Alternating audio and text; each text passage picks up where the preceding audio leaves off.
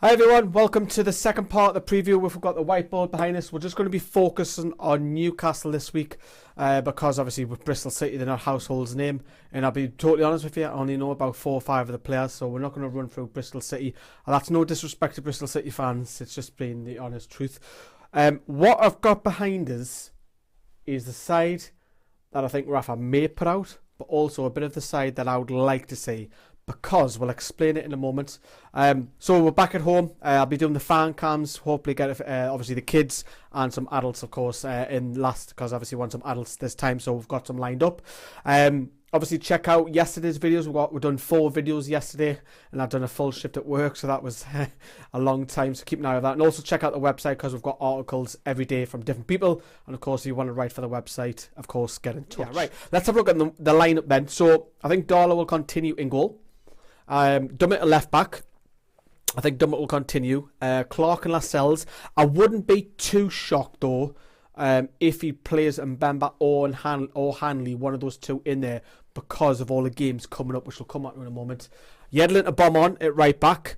Shelvey and Anita to come in at centre midfield, because I think with obviously the rotation, with obviously Brighton on Tuesday, I think Colback's best suited for the Brighton game, because I think he's a better player away from home. Anita at home against Bristol City, I feel, isn't a weakness in my eyes. Then Richie on the right hand side. Now obviously we know that Richie is close to suspension, so he just needs not to pick up a yellow card. Perez in the 10 as well, as Mitrovic's name goes disappearing because I've wiped it. And then obviously on the left hand flank over here, I've gone for Atsu to play out wide, because I think Gouffran needs a rest despite his goal on against obviously Aston Villa on Monday. I think he's been a little bit dip in form, so I would like to say Atsu come on, and Mitrovic up top. And again, I wouldn't be too surprised if he goes Murphy, Mitrovic in the next 3 to 4 games. So as you've seen, for you guys who have seen the preview yesterday, Bristol City are weak on the flanks.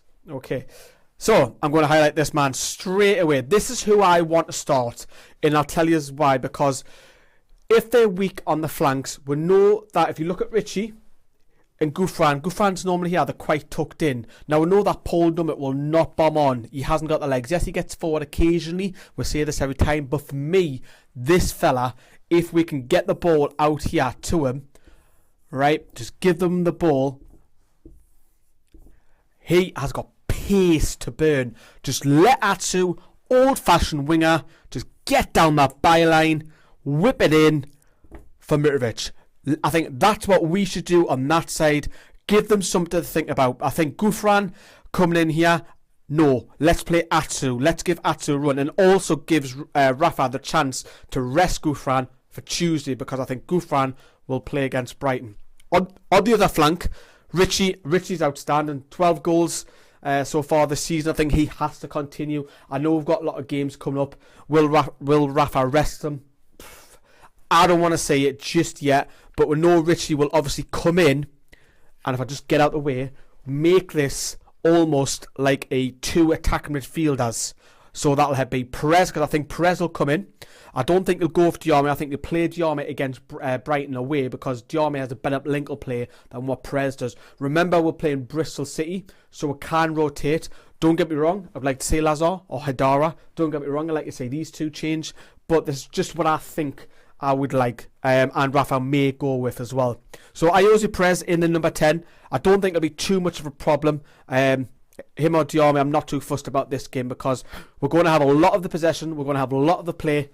Get it out wide, Atsu. Get it out wide, Atsu. Richie will come in to make that little bit more extra man, and this guy will need service. When he come on for Dwight Gale against Aston Villa, I thought his work rate was outstanding. He was holding the ball up, he was bringing players into play. He just needed a goal. Mitrovic was actually really good on Monday. Probably gave him an 8 out of 10 on Monday. Now look at this then. So remember what I was saying about the wings? So if Richie comes in, Yedlin can almost play as a wing back. Never mind a right back. Get Yedlin bombing on down that wing. It's a bit of a funny arrow, but you know what I mean. Get him down that wing. He's got pace. He's got the flexibility of getting back to cover. I think that is literally a right wing back. On the left flank, let's play Atsu. Shelvey, he's going to have probably one or two players picking him up. Maybe someone might man mark him. But Shelvey again, is Shelvey going to be key in this game? I don't think he is. Even if Shelvey has a quiet game, I think we're going to win this game on the wings. That's why I want to see these two. Yes, Shelvey, he can spray the balls. We know what he can do by now. He's a fabulous player. He can do Hollywood balls and everything. We know that he's got that in his locker. Now, for me, because we're playing Mitrovic doesn't want it over the top. He doesn't want that from Shelvey. He wants it to feet, to chest, to head.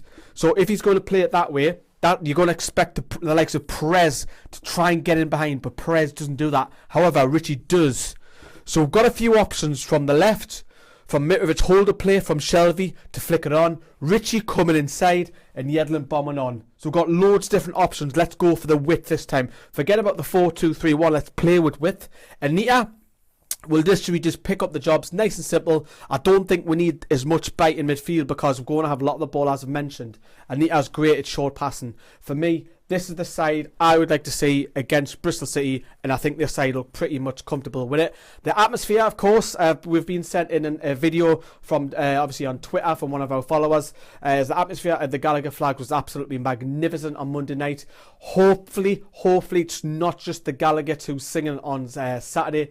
Bristol City looks like it's going to be a sellout as well. Let's hope the East Stand picks up, then the Milburn Stand, and hopefully the Leazes will want to see the atmosphere, the sound keep roaring at St James's Park, you know. And do you know what it is? 52,000 for a team who's 21st in the second tier is absolutely marvellous. Of course, I'll be there doing the fan cams. Get yourselves along there as well. I'm going to go for what result? I think it'll be goals. I think Newcastle deserve to put on a performance for us. Yes, we've got a few points in the last few games. Yes, I know points are crucial at this time of the season, but I want to see performance this time around as well. I want to go home, out on the drink. I'm out in South Shields. I want to have a night out and say, wow, by God, them lads played mint today. That's what I want as well. But 3 points, of course, is the main thing. I'm going to go for either 4-0 or 5-0 to Newcastle. Yeah, I'm being very optimistic for Saturday. Let me know what your score predictions. Do you agree? Do you think we're going to win this game on the wings? Do you totally disagree? Get your comments down there below. And of course, as ever, thank you very much for obviously viewing, Newcastle Fans TV. We recently went over 1 million views, which is absolutely magnificent. See you later.